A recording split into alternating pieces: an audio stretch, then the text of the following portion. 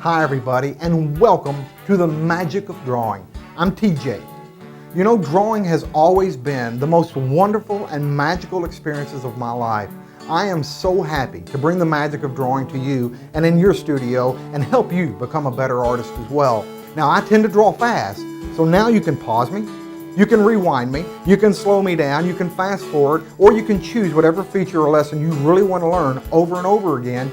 In fact, you and I can draw anytime you want to. I'll be there waiting for you. I've got my pencils. I'm ready to draw, so let's let the magic begin. Welcome, friends. Let's grab a pencil and we'll draw again. We'll make some magic and it all begins right here with me and you. From my lighthouse studio at Pencil Point, USA. Together we can change the world in oh so many ways. Let's start today.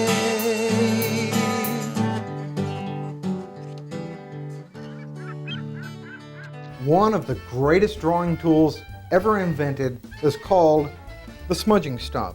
I call it the magic wand of drawing because it truly is a magical tool when it comes to pencil illustrating. I love it above all other stuff that I draw with because it does so many cool effects with our gray shading and our rainbows and all the cool things a pencil can do. The magic wand makes it even better.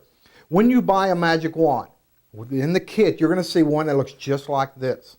Now it's white compressed paper.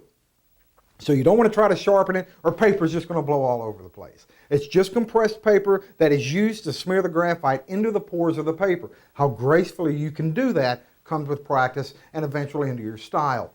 The more you draw with these brand new white ones, they're going to turn out looking like the 3 samples I have here. And you can see how dirty they get. That's exactly what I want. Now let's begin drawing a really cool mountain in the mist. And I mean mist behind it, in front of it, down at the base of it, and on some foreground foothills as well. Now I'm going to take a number 2 pencil and lightly draw my preliminary sketch of the mountain, maybe a little bit of lines for the foothills as well, and determine my light source now.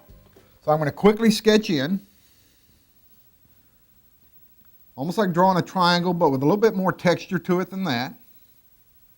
A couple little hints of where I'm going to draw some foreground trees, and draw my light source coming in here. Now that's really all I need to start with when it comes to drawing with the magic wand, something that simple. Now that I've got my sketch in, I'm going to take the side of the number 2 pencil, good sharp point, and begin laying down, like I'm skiing up and down the dark side of the mountain, my first gray tone. Paint some gray in there. Now as I reach the bottom of that mountain, I'm letting it slope out and lighten up just a little bit because there's going to be a really cool layer of mist down in here. Now, look how this ridge is beginning to appear quickly as I just drag my pencil down. I'm not planning it. It's really a wonderful randomness that occurs when you draw mountains. I call it organized chaos. It doesn't look like you really know where it's going to go, but something really wonderful comes out of it. And I lay down my initial gray base. I paint some gray, level it out down here at the bottom a little bit. Get ready, and I'm going to do some clouds back behind it. Now I'm going to take my finger and bleed this in. And then the magic wand to get into some of these tighter cracks so I don't draw out of the lines. Keep it good and clean. Maybe there's a little shadow here and a little shadow there. And all I'm doing is just rubbing that graphite into the pores of the paper and on this board. And look how it already looks 3-dimensional. I've got light and shadow, and that gives us the 3rd dimension. The preliminary line drawing had height and width, but it didn't have that depth that I'm looking for, and that's what the Smudging Stump allows us to do. Now I'm going to go back to the number 2 pencil and add some dark contrasting cracks and grooves on the dark side of the mountain here. Deep gorges, and let some of those cracks loop over just up and down to really amplify this mountain ridge, this crest that divides this mountain in half. And look how now, it looks like the sun is splashing down on the sunny side. And I'm just going a little dark to thin lines, a little thick to thin, a little dark patches to represent gorges and grooves and all kinds of neat stuff happening on the dark side of the mountain. Now I'm going to extend some of those into the sunny side, just extend them all the way over. Maybe that connects there, and that connects there. Now the magic wand creates a cool effect here. I'm going to drag it upward, just snap it, a little quick draw, a little quick snap upward. A little quick stroke with the smudging stump, and look at that neat little shading effect it gives us there. It's another cool thing the magic wand can do. Now you notice my magic wand has a lot of graphite embedded on it. Now that's because it's drawn a lot of drawings, hundreds and hundreds of drawings, and this one is about 25 years old. Now, if I had a brand new one like you're going to get in your kit, some artists, when they're young and haven't used it enough, will end up bending the point like I've got here. Now it's okay, it doesn't ruin it. You can always fix it with a nice piece of sandpaper or an emery board, and you just rub it up and down it, and it'll give you a nice clean point again. But what happens is, the reason it's bent is you haven't laid enough graphite or painted enough gray to really smear it around, so you try to bear down thinking that's going to help. The best thing to do is grab your number 2 pencil again, lay down a little bit more graphite, and then that smudging stump will begin to do its job. It needs some graphite to smear, or you're actually just smearing nothing, and that'll force you to bend the tip. Doesn't mean it's ruined. You can keep them 25 years like I've kept mine. Don't go away. More from TJ coming right up. Have you ever wanted to be an artist? Wouldn't it be awesome to illustrate realistic artwork with all the shadows and details like this with just a pencil? Have you always believed drawing like this would never be possible? When I first sat down, I didn't think I could do it. Now you can learn to draw with America's art teacher, TJ Johnson, in his exciting new How to Draw DVD course called Let the Magic Begin. He taught me a lot. TJ is an excellent teacher. Not only do my students enjoy using it, but my children at home enjoy it, and we have a lot of fun with it. I had a great time drawing with TJ. Got my pencils. I'm ready to draw, so let's let the magic begin.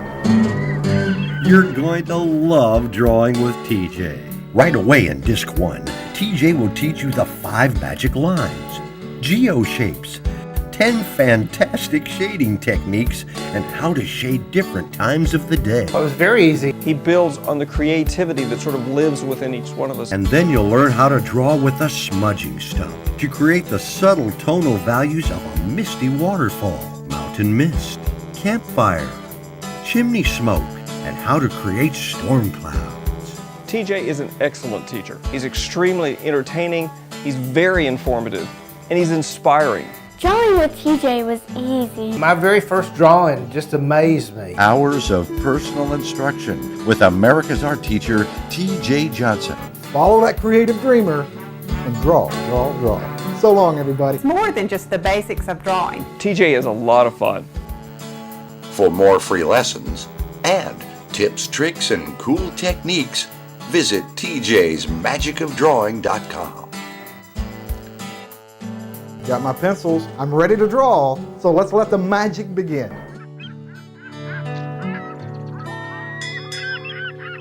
Now, I want to add a little layer of mist or a cloud and mist line back behind this mountain by painting my gray first, and you can see the cloud line appearing.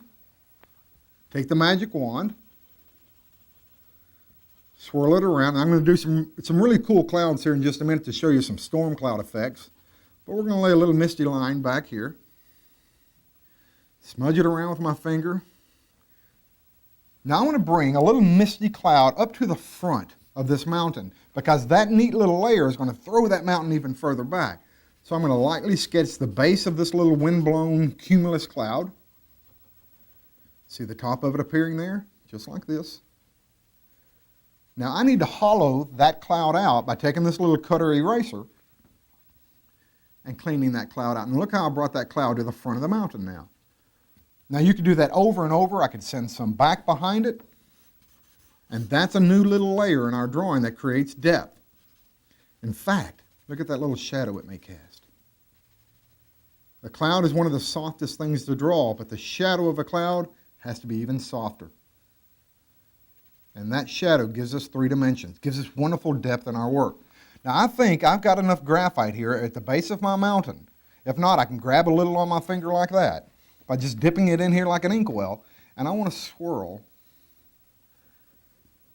all the graphite that's there with my finger and the magic wand and create this really cool layer of mist at the base of that mountain. Soften it all down. Remember, this is mist. No hard verticals or horizontal lines with a pencil point. Keep it swirling. Nice. Now, on these two little foothill lines I've drawn, there were guidelines to help me draw this little technique using a really good sharp number 2 pencil on this line of trees. I want to do this little zigzagging effect, and look how I'm going up to the point of my pencil there. And what that's doing is creating the illusion of just hundreds and hundreds and hundreds of really cool pine trees way off in the distance. And I'm allowing this misty line and this tree line to have a little bit of a break here, some white depth. And what happens is that creates the illusion of a layering depth and maybe a valley back in there. Now, if I wanted to add another little misty one deep into that little valley, maybe just that much. Same thing I'm doing, letting the point of the pencil create the top of the trees.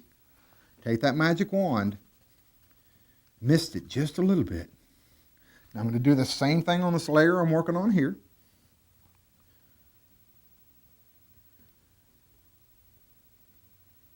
Now once I get the treetops laid in there, I like to go down just a little bit, using circular swirls, laying down, painting some gray, give these trees some thickness, and gives me something to use the magic wand on to create the same little layer of mist. As I got closer, look how it got a little darker.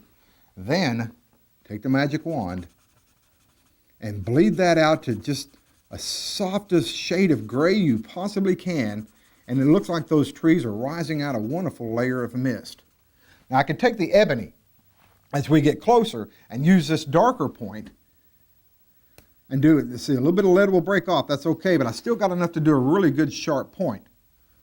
Creating the tops of the trees, let it go up into there sometimes. Remember, this is the rocky foothills and not just a flat line of trees. Give it some depth. Imagine these trees going on some cliffs and ridges, all kinds of neat stuff. I'm following my guideline roughly. Don't have to follow it perfectly. Now I'm going to go back, give the tree some thickness, swirling my ebony pencil around. If I did another line of trees, I'd bear down just a little harder. As you work your way into the middle ground and foregrounds of our drawing, which we'll do in our landscape DVD, you're going to explore all kinds of wonderful layers in our landscapes. But look what the magic wand can do in just a matter of minutes. Create this nice little multi-layered misty mountain drawing. See you next time, and remember, life is art, so draw something beautiful. Follow that creative dreamer and draw, draw, draw. So long, everybody. For more free tips, tricks, and cool techniques, visit tjsmagicofdrawing.com.